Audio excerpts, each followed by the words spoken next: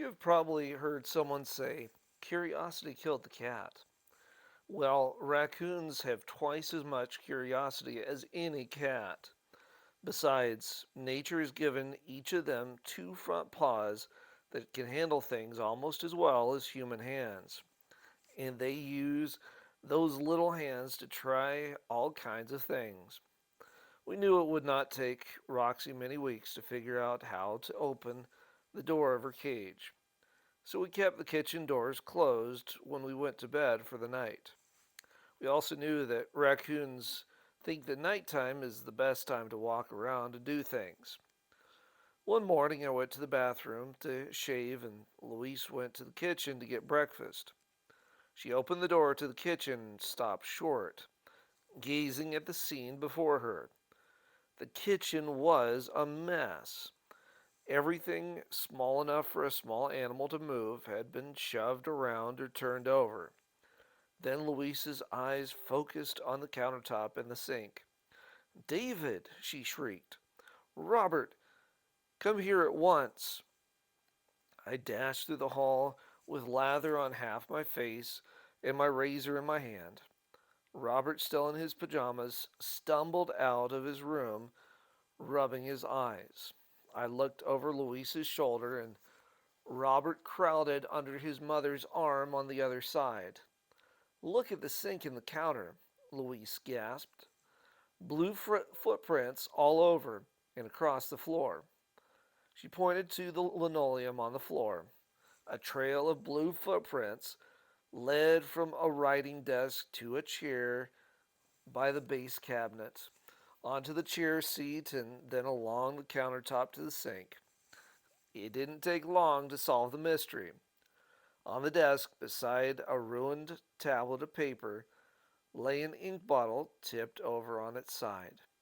A river of ink had run over the edge and made a pool on the floor. Those little raccoon hands had screwed the lid off the ink bottle. Then we saw the masked face of the little bandit peering from behind the canisters at one end of the counter.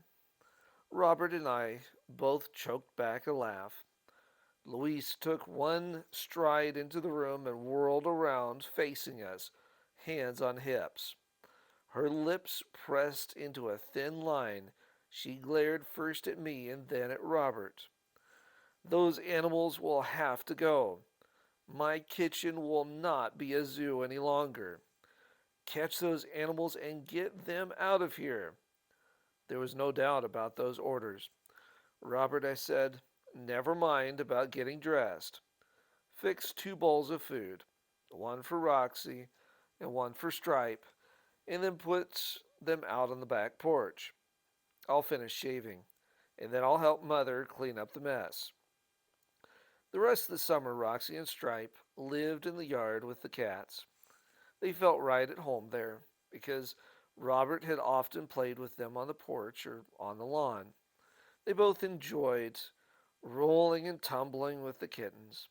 We moved the cage from the kitchen outside. We fastened the cage door open so that the pets could sleep inside the cage in their usual place when they wanted to. As the days grew cooler and the opening of school came closer, we knew we would have to do something about a better home for our pets. We decided to sell Stripe to some friends who wanted him, and we would make a winter home for Roxy. Roxy would want a warm place to sleep during the cold Montana days and nights. Raccoons do not hibernate in the sense of sleeping all winter. When the temperature drops below a certain range, they curl up and sleep for several days or even 3 weeks or more. But during warmer periods, they rouse and hunt for food. If they have had plenty to eat all summer, they have a thick layer of fat under their fur to keep them warm and give them nourishment. Since this would be Roxy's first winter, we wanted to have her in a place where we could feed her when she woke up from one of her long naps. For this reason, we had to put her in a pen again. We had some large walk in cages where we kept raccoons and other animals before. These had strong wooden frames covered on all four sides, and top and bottom with heavy chicken wire. On one end, there was a gate big enough for a grown person to enter. On the other end, a big box was attached outside the cage. A hole in one end of the box matched a hole cut out of the chicken wire so that the animal could pass from the box to the cage. A hinged lid covered the box. The box was lined with insulating material to make it weather tight, and we kept clean straw on the floor. We made sure all of these things were in good order, and then we put Roxy in the pen. This would make a snug home for our little adopted orphan. I called it Roxy's Cottage. Robert took good care of the little lady before and after school on the weekends, whenever she was not taking a long sleep. After all, he was the one who had loved Roxy most in the first place, so it was only right that he should do most of the caring for her, wasn't it? He took her meals to her, often sitting down with her on a box in her private yard inside the big cage. He allowed her to climb around and over him, and she liked to sit on his knee and have him pet her.